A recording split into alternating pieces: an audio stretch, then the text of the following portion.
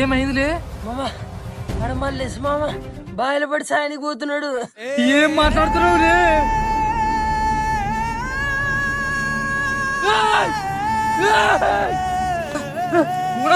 నీకేం తిక్కరా నమ్మ, నువ్వే పిల్లలు చెప్పాల్సి నువ్వు చేస్తే అట్టనా?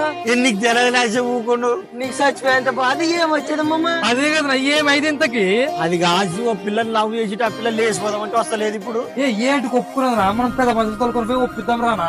పెద్ద మనుషులు వచ్చిన ఎవరు చెప్పినా ఒప్పుకోరు. ఎవడు మామ ఒప్పుకోనండి వాని పేరు చెప్పు.